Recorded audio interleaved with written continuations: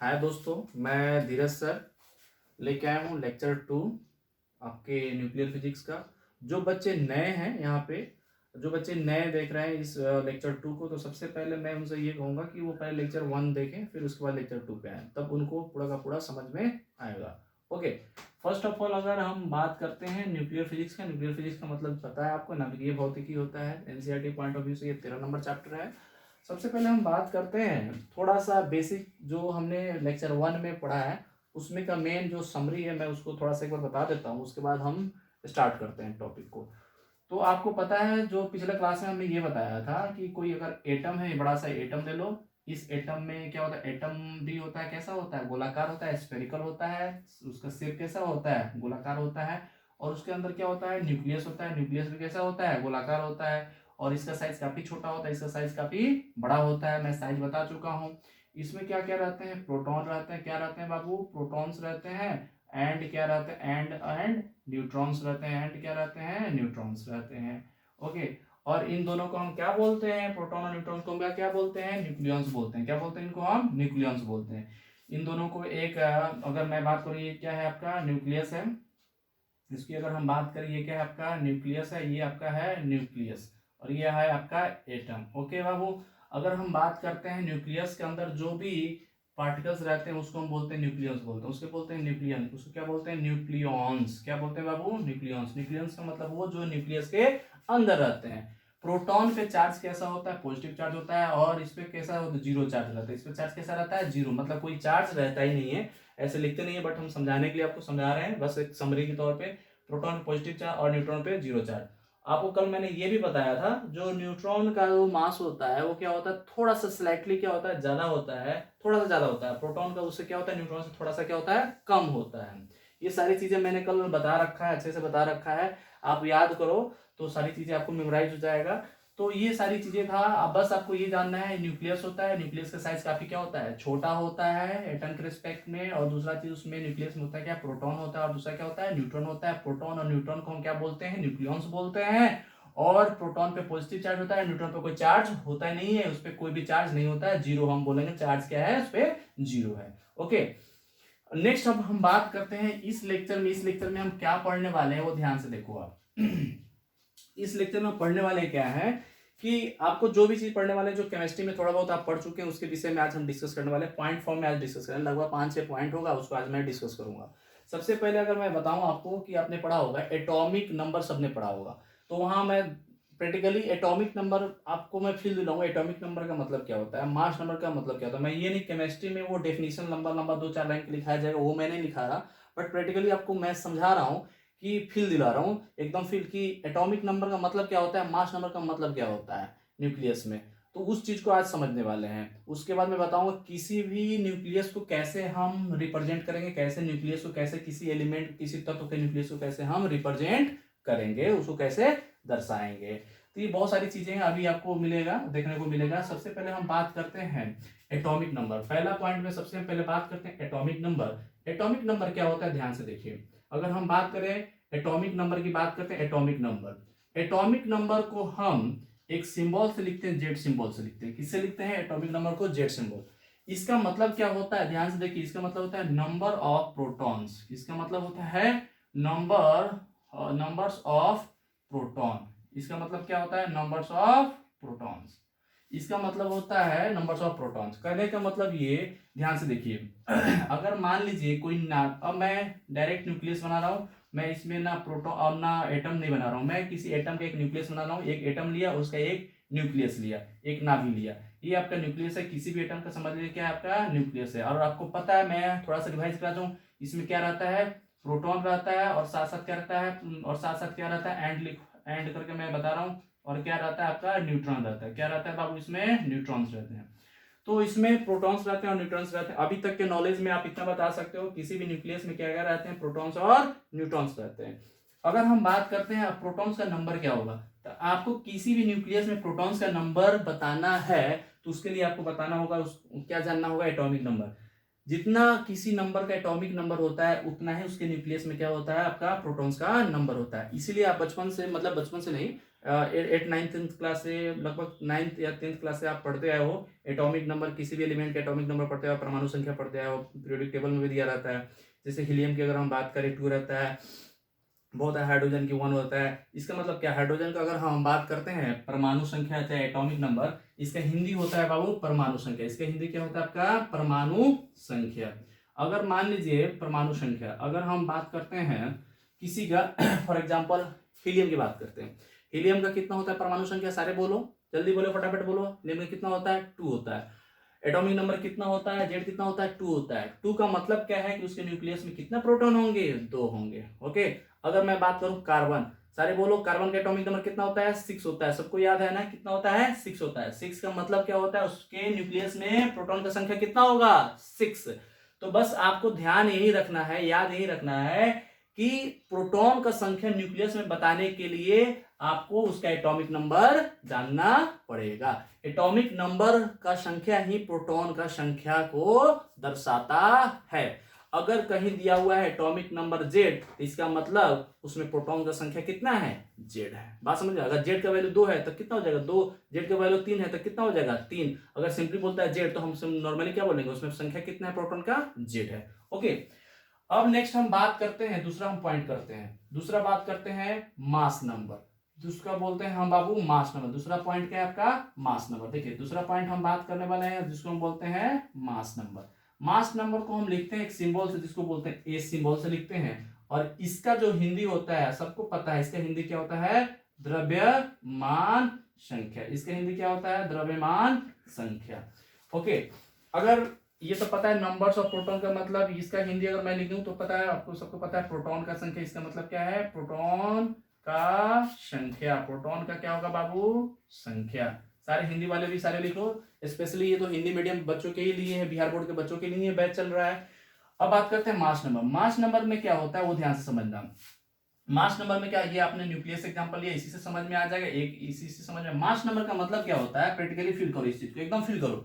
Mass number का मतलब क्या होता है, जैसे एटॉमिक नंबर का मतलब क्या होता है, केवल प्रोटॉन का संख्या। मास नंबर का मतलब ये होता है प्रोटॉन का भी संख्या और टोटल न्यूट्रॉन, मतलब कुल अंदर न्यूक्लियस के अंदर कुल संख्या प्रोटॉन का और न्यूट्रॉन का कितना है। अगर मान लो एक प्रोटॉन एक न्यूट्रॉन है तो कुल संख्या कितना हुआ, 2। अगर 2 प्रोटॉन है 2 न्यूट्रॉन होता है, कितना हुआ, 2 2 4। तो मास नंबर का मतलब होता है उसमें कितना प्रोटॉन का संख्या है और कितना न्यूट्रॉन का संख्या है। तो नॉर्मली आप लिख सकते हैं ऐसे, number NUMBER, numbers of proton, numbers of Babu proton plus number of neutrons. क्या लिखोगे, नंबर्स ऑफ न्यूट्रॉन। क्या लिखोगे, न्यूट्रॉन, न्यूट्रॉन। फटाफट लिखो, स्पेस नहीं, नंबर ऑफ क्या लिखा है मैंने, न्यूट्रॉन्स लिखा है। इधर थोड़ा सा स्पेस नहीं दिख रहा है आपको तो कोई बात नहीं, समझ जाना ये क्या है, नंबर ऑफ न्यूट्रॉन लिखा हुआ है, ये नंबर ऑफ न्यूट्रॉन लिखा हुआ है। फटाफट इसको इसको देख लो आप। अब हम बात करते हैं प्रोटॉन का संख्या और न्यूट्रॉन का संख्या, जो कुल योग होता है, प्रोटॉन का संख्या और न्यूट्रॉन का कुल योग होता है, उसको हम बोलते हैं मास नंबर बोलते हैं। उसको हम क्या बोलते हैं बाबू, मास नंबर। तो फिलहाल इसको पहले कॉपी करो, मैं इसको थोड़ा सा ऊपर लिख देता हूं ताकि आपको समझ में आ जाएगा। इसको इजीली थोड़ा सा मैं अच्छे से मैं ऊपर लिख दूं एक बार।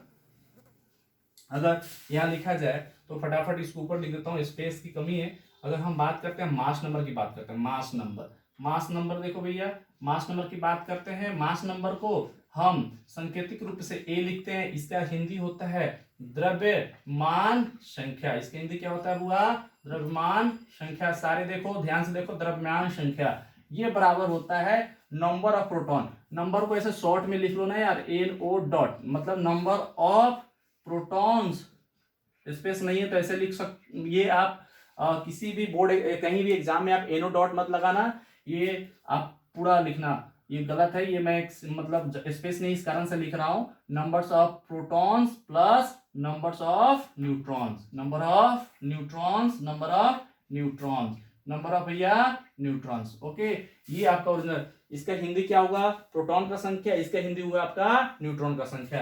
आप समझ में हो, समझ में आ गया होगा सबको। अब नेक्स्ट हम बात करते हैं थर्ड नंबर, ध्यान से समझिए।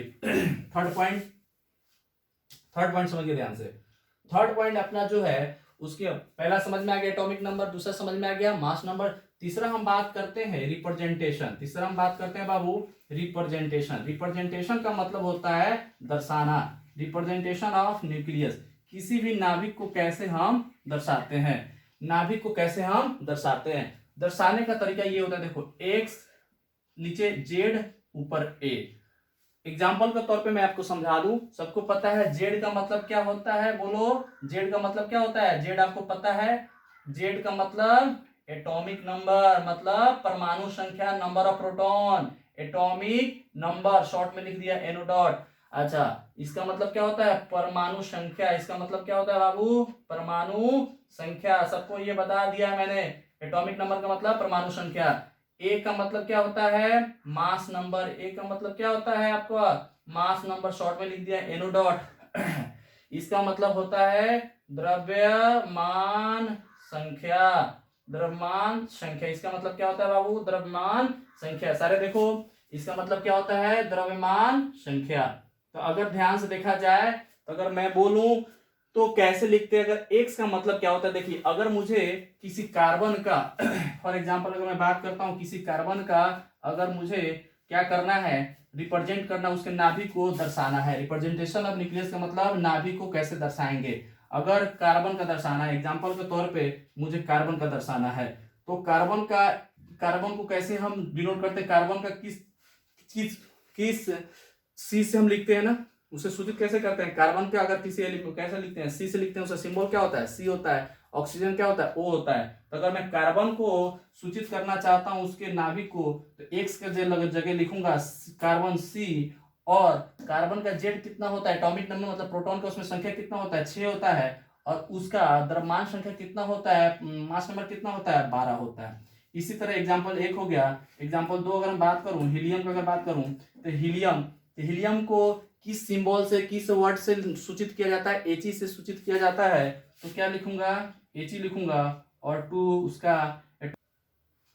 तो अगर हम बात करें कार्बन को कैसे, उसके नाभिक को कैसे हम दर्शाएंगे, नाभिक को कैसे हम दर्शाएंगे, कार्बन को दर्शाना है तो कार्बन को कैसे लिखते हैं सी से, तो एक्स का मान क्या हो जाएगा सी हो जाएगा, और जेड कार्बन का क्या होता है 6 होता है, जेड मतलब परमाणु संख्या कार्बन 6, और उसका मास नंबर कितना होता है 12 होता है, लिख दिया। जैसे हीलियम का दर्शाना है, तो हीलियम को किस काय से उसको हम सूचित करते हैं एच से करते हैं, और उसका जेड क्या होता है एटॉमिक नंबर क्या होता है बाबू 2 होता है, और परमाणु संख्या कितना होता है 4 होता है। तो किसी का सूचित करना है नाइट्रोजन करना है, तो एक्स का मान क्या हो जाएगा एन, अगर आपको क्लोरीन करना है तो Cl हो जाएगा। तो किसी का करना है एक्स, तो आपको समझ में आ गया, रहा जेड और ए वो भी आपको समझ में अंडरस्टूड है, क्योंकि आपको एटॉमिक नंबर और मास नंबर में अंतर समझ में आ गया।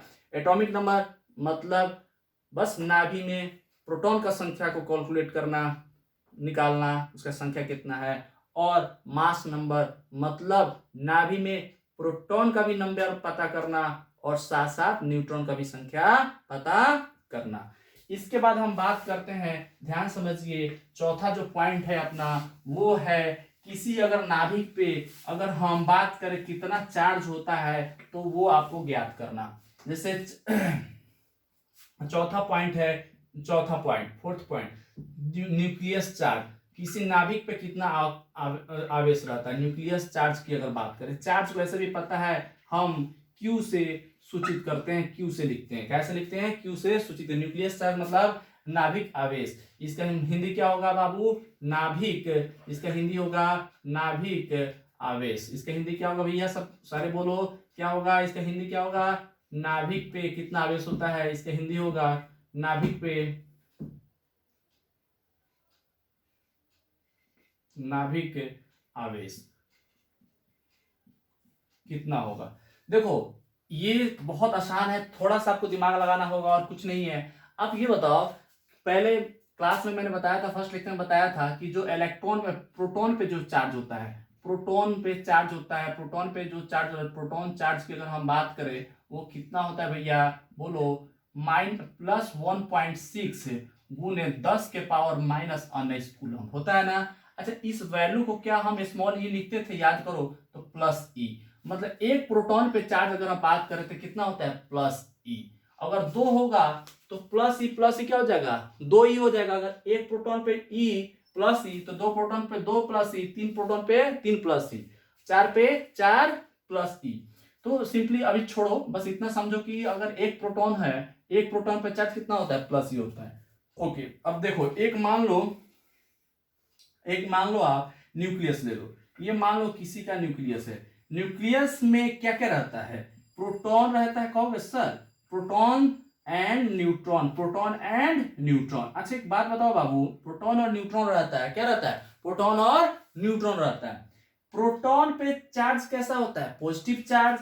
अच्छा न्यूट्रॉन पे क्या कोई चार्ज होता है क्या, कोई चार्ज होता है क्या, नहीं होता है। चार्ज होता है क्या, नहीं होता है। इसका मतलब जो भी न्यूक्लियस, अगर न्यूक्लियस पे अगर हम आवेश की बात करें, चार्ज की बात करें, तो न्यूट्रॉन से तो कोई चार्ज आएगा नहीं, जो भी आएगा किससे आएगा, प्रोटॉन से आएगा। जो भी आएगा किससे आएगा, प्रोटॉन से आएगा। तो अगर हम बात करें न्यूक्लियस पे चार्ज की, तो न्यूट्रॉन की संख्या कैलकुलेट करने से कोई फायदा नहीं है, क्योंकि इसके पास कोई चार्ज ही नहीं है, ये तो चार्जलेस है। तो हम बस संख्या किसका कैलकुलेट करेंगे, प्रोटॉन का। अगर एक प्रोटॉन होगा तो इतने के बराबर चार्ज हो जाएगा, अगर दो होगा तो दुगुना हो जाएगा, अगर इस पे प्रोटॉन का संख्या 3 होगा तो क्या हो जाएगा, 3 गुना होगा। कहने का मतलब ये समझिए ध्यान से, बस इतना तो समझ में आ गया। चार्ज, अगर न्यूक्लियस पे चार्ज आता है किस कारण से आता है, केवल प्रोटॉन के कारण ही आता है। तो नेक्स्ट हम आपको बता रहे हैं, बस इतना समझिए और कुछ समझने की आवश्यकता नहीं है। अगर मान लीजिए अगर किसी भी नाभिक में एक प्रोटॉन है तो चार्ज कितना हो जाएगा, सिंपली प्लस ई हो जाएगा। अगर एक प्रोटॉन है तो चार्ज कितना हो जाएगा, प्लस ई। अगर दो है तो कितना हो जाएगा, आप कहिएगा सर दो है तो दो गुना हो जाएगा, तीन है तो क्या हो जाएगा, तीन गुना, चार होगा तो क्या हो जाएगा, चार गुना। अगर दो प्रोटॉन इसमें हो गया, अगर मान लीजिए दो प्रोटॉन हो गया तो क्या करोगे सर, 2e हो जाएगा प्लस 2e। अगर तीन प्रोटॉन हो गया अगर, तो कितना होगा, इसके क्या हो जाएगा, तीन गुना हो जाएगा, तीन गुना हो जाएगा। तो एक बात बताओ, अगर तीन प्रोटॉन चार प्रोटॉन तो क्या होगा, जस्ट इसे क्या हो जाएगा, गुना में उतना गुणांक होते जाएगा। एक रहेगा तो इतना, दो रहेगा तो दुगुना, तीन रहेगा तो तीन गुना, चार रहेगा तो इसके चार गुना हो जाएगा, ई के चार गुना हो जाएगा। मतलब ई मतलब इसके, अगर एक रहेगा तो इतना ही रहेगा, दो रहेगा तो इसके दुगुना चार्ज होगा, तीन रहेगा तो इसके तीन गुना चार्ज हो जाएगा। बस, तो हम क्या कर रहे हैं, इसमें प्रोटॉन का संख्या हमको बस देखना है। प्रोटॉन का संख्या देखना है, अगर एक है तो एक से गुना कर दिया, दो है तो इसमें दो से गुना कर दिया, तीन है तो तीन से गुना कर दिया। अगर मान लो इसमें प्रोटॉन का संख्या क्या होता है, प्रोटॉन का संख्या याद करो, पहला पॉइंट, प्रोटॉन का संख्या का मतलब क्या होता है, जेड मतलब क्या होता है, एटॉमिक नंबर, वही तो प्रोटॉन का संख्या होता है। प्रोटॉन का संख्या क्या होता है, जेड ही तो प्रोटॉन का संख्या होता है भाई। जेड जो हमने बताया, अभी तो बताया, जेड मतलब एटॉमिक नंबर, परमाणु संख्या, चाहे प्रोटॉन का संख्या। तो प्रोटॉन का संख्या मतलब हमारे पास अगर जेड है तो एक पर ई, दो पर दो ई, तीन पर तीन, तो जेड पर क्या हो जाएगा भैया, अगर हम बात करेंगे तो जेड पर क्या हो जाएगा, जेडी हो जाएगा। मतलब इसमें अगर चार्ज की बात करें तो कितना चार्ज हो जाएगा, प्लस जेडी चार्ज हो जाएगा। अगर कोई नाभि है जिसका परमाणु संख्या क्या है, एटॉमिक नंबर जेड है, जेड है मतलब उतना ही प्रोटॉन का संख्या है। अगर एक रहता तो एक ही, दो रहता तो दो ही, तीन है तो तीन ही। अगर जेड परमाणु संख्या है, जेड नंबर ऑफ प्रोटॉन है, तो चार्ज कितना हो जाएगा, जेडी हो जाएगा। तो इसमें चार्ज कितना हो जाएगा, जेडी।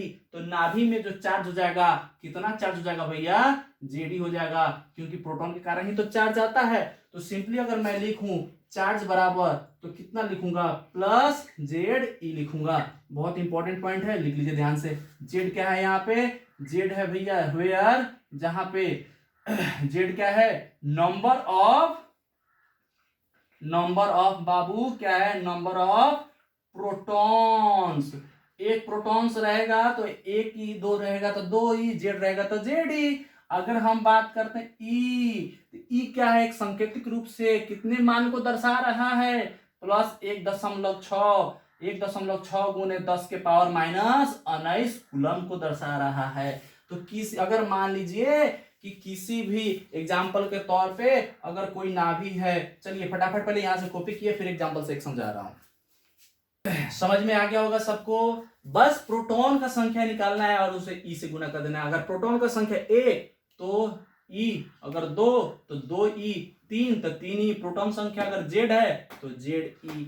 बस अब ध्यान से देखो, अगर मान लो भैया कहीं, अगर फॉर एग्जाम्पल अगर मैं बात करता हूं, एग्जाम्पल के तौर पे इधर थोड़ा सा देख लो शॉर्ट में, एग्जाम्पल के तौर पे अगर मैं बात करता हूं, जैसे अगर मैं एग्जाम्पल एक की बात करता हूं, कार्बन के लिए बात करता हूं, कार्बन के लिए बात करता हूं, कार्बन के लिए, कार्बन पे चार्ज निकाल रहा हूं न्यूक्लियस पे, कार्बन के लिए अगर मैं बात करता हूं तो जेड बराबर कितना होता है, जेड बराबर कितना होता है बोलो भैया, कार्बन का 6, तो जेड बराबर क्या होता है 6 होता है। तो 6 मतलब एटॉमिक नंबर कितना है उसका 6, मतलब प्रोटॉन का संख्या कितना है 6। तो चार्ज जो होगा भैया, चार्ज का फॉर्मूला क्या होता है जेड ई, तो ई जेड का मान कितना है 6 ई हो जाएगा। अगर ई का मान रखना चाहते हैं तो आपके पास है, सामने है, ई का मान रख दीजिए, नहीं तो आप बोल सकते हो क्यू बराबर कितना हो जाएगा 6 ई हो जाएगा, कितना हो जाएगा 6 ई हो जाएगा। और इसको पूरा का पूरा अगर हल करना चाहते हैं तो क्या कहिएगा, क्यू यहाँ से नेक्स्ट आप जब हल कीजिएगा तो इसको लिख सकते हैं क्यू बराबर 6 ई का मान कितना लिख सकते हैं 1.6 गुने 10 के पावर माइनस 19 कूलम लिख सकते हैं। देखिए अगर आपको मान लो क्यू का मान अगर सांकेतिक रूप में नहीं लिखना चाहते, आप पूरा कूलम में लिखना चाहते हैं, तो आपने क्या किया 6 ई के जगह में क्या किया, इसको क्यू बराबर क्या लिख दिया 6 ई लिख दिया, 6 ई के जगह में मान डाल दिया 1.6 गुने 10 के पावर माइनस 19 कूलम। अब इसको सोरे छक कितना हो गया, आप फटाफट कर लो 96 और गुने 10 के पावर माइनस 19 कूलम। तो क्यू बराबर मतलब उसके न्यूक्लियस पे कार्बन के कितने चार्ज होगा, प्लस में 9.6 गुने 10 के पावर माइनस 19 कूलम होगा। फटाफट कॉपी कीजिए, आपको समझ में आ गया होगा। इसी तरह अगर हम बात करें अगर नाइट्रोजन का, तो यहाँ पे जेड क्या हो जाएगा 7 हो जाएगा, 7 और ई हो 7 इंटू ई, और ई का मान आप हम क्या करेंगे वहां पे वैल्यू पे डाल देंगे, और ई का मान इतना डाल दिया 6 की जगह क्या हो जाएगा 7 हो जाएगा, बस और कुछ नहीं। इस तरह आप ढेर सारे का निकाल सकते हैं। एक एग्जांपल दे दिया और हमने समझा दिया, कार्बन का एग्जांपल देके आपको हमने समझा दिया। ओके कॉपी कर डालो।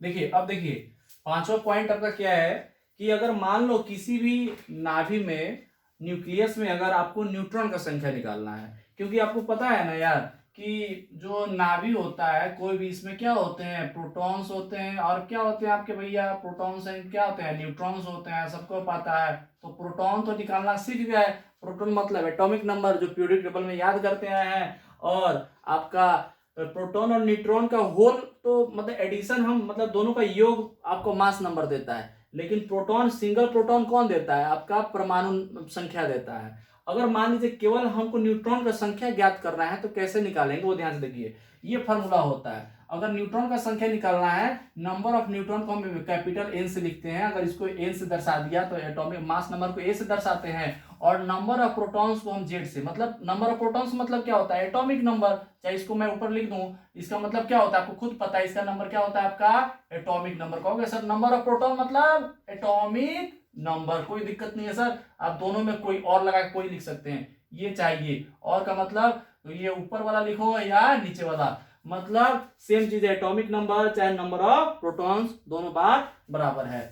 तो देखो कैसे ये फॉर्मूला आता है, ध्यान से देखिए। अगर मैं इसकी बात करूं कैसे आता है प्रूफ, अगर मैं थोड़ा सा प्रूफ कर दूं इसको, तो अभी तो आपको बताया, दूसरा पॉइंट को याद कीजिए, जो मास नंबर होता है बाबू, जो मास नंबर होता है वो क्या होता है, आप खुद कहोगे sir number of protons plus number of neutrons, number of protons plus sir number of neutrons, number of, ये नहीं दिख रहा है क्या साफ, लग रहा है इंक भी जवाब दे रहा है, plus number of neutron plus number of neutrons, देख लेना भैया थोड़ा सा इंक लग रहा है जवाब दे रहा है, और नंबर ऑफ न्यूट्रॉन्स। तो अगर नंबर ऑफ न्यूट्रॉन्स निकालना है तो क्या मैं इसको इक्वल के इधर ला सकता हूं, अगर जब इक्वल का ये इधर आएगा तो ये प्लस इधर क्या आ जाएगा माइनस हो जाएगा, तो आपको पता है क्या लिख सकते हो आप ये लिख सकते हो सर मास नंबर माइनस, ये इधर आएगा ये प्लस में इधर आएगा तो माइनस हो जाएगा, माइनस नंबर ऑफ प्रोटॉन्स बराबर नंबर ऑफ न्यूट्रॉन्स बराबर नंबर ऑफ न्यूट्रॉन्स। देखो ध्यान से देखो, सबको दिख रहा होगा कैसे किया हमने, नेक्स्ट स्टेप में आपको खुद पता है कैसे किया हमने, क्या किया इसको इधर लाया, इक्वेशन के इधर लाया, जब मैं ये इक्वल साइन के इधर लाऊंगा तो ये काहे में आ जाएगा माइनस में, और इधर केवल बच जाएगा इधर, ये आपका RHS साइड है, ये क्या है आपका LHS साइड, सॉरी ये आपका LHS साइड, ये आपका क्या हो गया RHS साइड है, ठीक है। तो अगर मान लो इधर हम LHS साइड लाना चाहते हैं, इन दोनों में से कोई एक को, ये चाहे ये अगर इसको इधर लेके आते हैं तो ये क्या हो जाएगा, इधर माइनस आ जाएगा। तो आपको ये वाला कितने के बराबर हो जाएगा, नंबर ऑफ न्यूट्रॉन्स को। तो नंबर ऑफ न्यूट्रॉन्स का हमने अगर कैपिटल N बोला है तो आपको पता है मास नंबर क्या होता है, मास नंबर होता है A और नंबर ऑफ प्रोटॉन्स क्या होता है आपका Z। यहाँ नंबर ऑफ मास नंबर का मतलब नंबर ऑफ प्रोटॉन्स बोलो या आप एटॉमिक नंबर बोलो, बात बराबर है, कोई दिक्कत नहीं है। A माइनस Z बराबर क्या N आ गया कि नहीं आएगा, देखो तो भैया आ गया ना, N माइनस ए। देखिए तो ध्यान से देखो, क्या ऊपर वाला फॉर्मूला आ गया कि नहीं आ गया, N बराबर A माइनस जेड। अगर नंबर ऑफ न्यूट्रॉन्स निकालना है तो क्या होगा, number of neutrons A minus Z, मतलब mass number minus atomic number. ये आपको समझ में आ गया होगा, यहाँ तक कॉपी कीजिए, फटाफट एक क्वेश्चन करके समझ लेते हैं, जल्दी कॉपी करो। बराबर क्या होता है, number of protons plus number of neutrons. आइए प्रोटॉन्स इधर जाएगा तो क्या हो जाएगा, मास number minus number of protons, इधर क्या बच जाएगा, न्यूट्रॉन्स। तो न्यूट्रॉन्स को कैपिटल N लिख लो, इसको एक मास नंबर को A लिखते हैं, प्रोटॉन का संख्या को Z लिखते हैं, तो N बराबर क्या आ गया, A माइनस Z। अब इसको अब तो आपके ऊपर है, N इधर लिखो चाहे इधर, अगर मैं इधर N को लाता हूं तो A माइनस Z क्या हो जाएगा, उधर हो जाएगा, वही ऊपर हो गया, कोई दिक्कत नहीं है। तो ये फॉर्मूला ऊपर हमने क्या किया, प्रूव कर दिया। अब देखो ध्यान से एक क्वेश्चन कर लेते हैं फटाफट, एक इस पे क्वेश्चन देख लेते हैं, बहुत सिंपल, बोर्ड में कभी कभार पूछ देता है। ये देखो कितना हल्का सा सवाल है, एकदम पिद्दी सवाल है, देखो ध्यान से समझो। अगर मान लो एग्जांपल के तौर पे अगर मैं आपसे बोलूं, एग्जांपल के तौर पे, ऐसा मार्कर भी काम नहीं कर रहा है अब, अगर एग्जांपल के तौर पे अगर मैं बात करूं आपको दे देता हूं, मान लो एग्जांपल है कार्बन 7 और 14 अगर दिया हुआ है, तो इसमें आपको पता है जेड का मान कितना है, 7 है, जेड का मान कितना है, 7 है, और ए का मान आपका कितना है, 14 है। तो अगर एन का मान निकालना है, एन बराबर क्या हो गया आपका, क्या निकालना है, न्यूट्रॉन का नंबर निकालना है। एन बराबर क्या होता है, न्यूट्रॉन का नंबर क्या होता है, ए माइनस जेड। ए कितना है आपका 14 माइनस 7 बराबर कितना आ गया, 7 आ गया। समझ में आ गया। अगर इसी तरह किसी का निकालना हो, मान लो एग्जाम्पल 1 है, एग्जाम्पल बी, अगर मान लो किसी का निकालना हो, कार्बन का निकालना है, 6 अगर 12 कार्बन का निकालना है, तो इसी तरह निकाल सकते हो जैसे हमने किया, आप निकाल लेना, आपको समझ में आ जाएगा। ये घर से आप कर लेना, आपको अच्छे से समझ में आ जाएगा। तो फटाफट आपको तो समझ में आ गया ना, एन मतलब नंबर ऑफ न्यूट्रॉन्स, और ए मतलब मास नंबर, और जेड मतलब प्रोटॉन्स का नंबर, और आपको न्यूट्रॉन का नंबर कितना आ गया, 7 आ गया। बस करना क्या होता है, न्यूट्रॉन्स को निकालने के लिए ऊपर से नीचे को क्या करो, माइनस कर दो, आपको न्यूट्रॉन का संख्या आ गया, मतलब mass number minus atomic number. आज से क्लास यहीं तक है, और नेक्स्ट क्लास में हम फिर मिलेंगे। पहले इस चैप्टर को, इस लेक्चर को आप कंप्लीट करें, और जो भी चीज़ नहीं समझ में आता है फिर आप कमेंट बॉक्स में मेंशन करें, फिर उसको हम बता के फिर आगे चलेंगे। ओके, जिस बच्चों को अच्छा लग रहा है तो फिलहाल जरूर सब्सक्राइब करें, लाइक करें, और फिर नेक्स्ट क्लास में हम मिलते हैं नए टॉपिक के साथ।